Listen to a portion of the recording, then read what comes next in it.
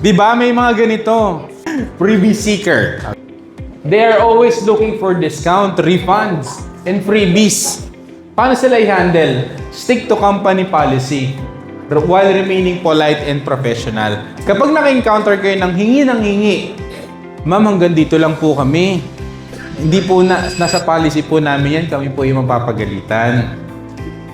Pero dapat professional pa rin at maayos. Huwag niyo naman sabihin, ma'am, grabe naman kayo. Example, we'd love to offer you a great deal. Here's our current promo. Hanggang dito lang po kami, ma'am. Ito lang po talaga. Ma'am, alam namin po gusto niyo rin ng libre pero ito yung promo natin. Sagad na tayo sa promo. Ang kaya namin ibigay is warranty. Tsaka ma'am, ang dami naming branch dito. Hindi kayo mahirapang lumapit at hanapin kami. Thursday, buddy.